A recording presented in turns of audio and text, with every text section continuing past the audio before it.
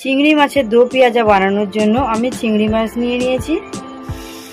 আমি এখানে চিংড়ি মাছটা অল্প একটু জল দিয়ে সিদ্ধ করে নিলাম। মশলাটা ভালো করে কষানো হয়ে গেছে, মশলা দিয়ে তেলটা ছেড়ে দিয়েছি। এবার এটা ভালো করে মিশিয়ে নেব।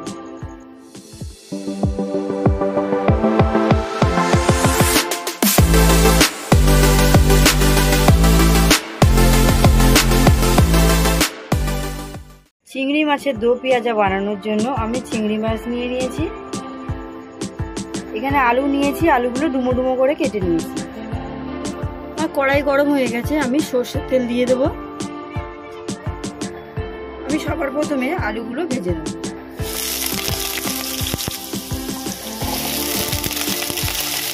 আমি এতে দেব নুন, হলুদ। এটা 40% ভেজে নেব।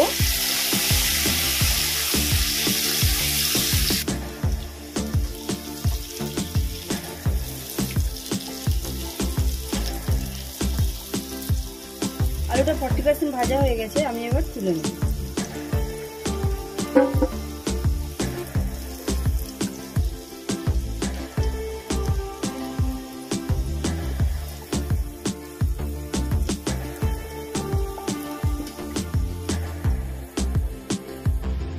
আমি এখানে পেঁয়াজ চৌকো চৌকো করে কেটে নিয়েছি, এখানে টমেটো কেটে নিয়েছি, এগুলো হালকা করে ভেজে নেব।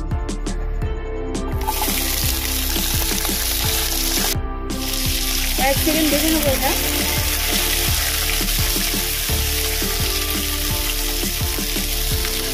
পেঁয়াজটা কয়েক সেকেন্ড ভেজে নিয়েছি, আমি এবার তুলে নেব।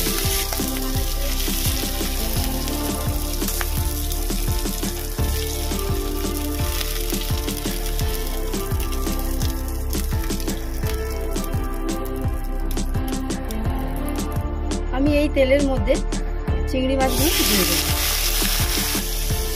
দেব নুন, দেব হলুদ। এটা ভালো করে মিশিয়ে নেব।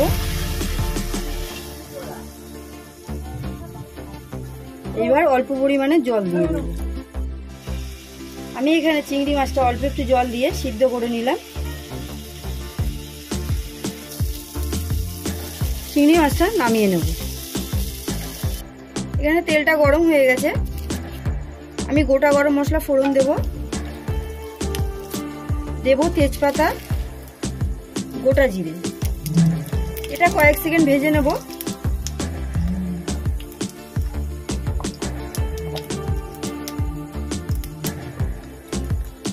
এবার কুচি করা পেঁয়াজগুলো দিয়ে দেব। পেঁয়াজটা হালকা করে ভেজে নেব।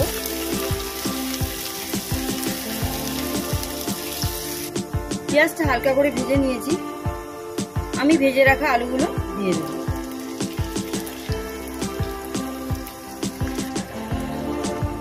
এখানে আমি দেব আদা রসুনের পেস্ট।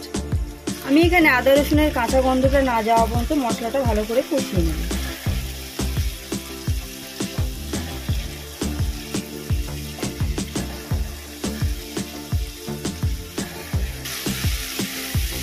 এখানে আদা রসুনের কাঁচা গন্ধটা চলে গেছে, আমি এখানে কিছু মশলা অ্যাড করব।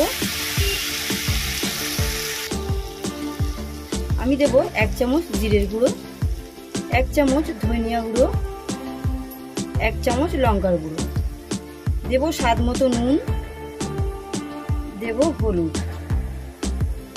মশলাটা ভালো করে কষিয়ে নেব কাঁচা গন্ধ না যাওয়া পর্যন্ত।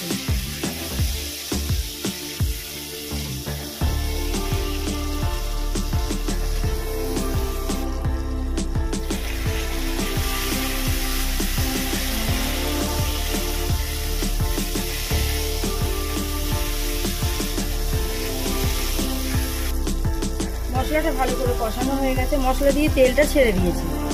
আমি এবার এতে জল দিয়ে দেব।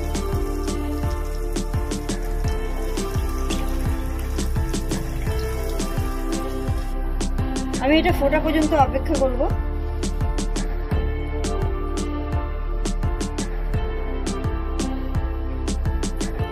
এটা ফুটে গেছে, আমি এবার চিংড়ি মাছগুলো দিয়ে দেব। আমি এবার এটা 5 মিনিটের জন্য ঢেকে দেব। 5 মিনিট বাদে চলে এসেছি। এর মধ্যে অ্যাড করব পেঁয়াজ, টমেটো, কাঁচা লঙ্কা কুচি। এবার এটা ভালো করে মিশিয়ে নেব।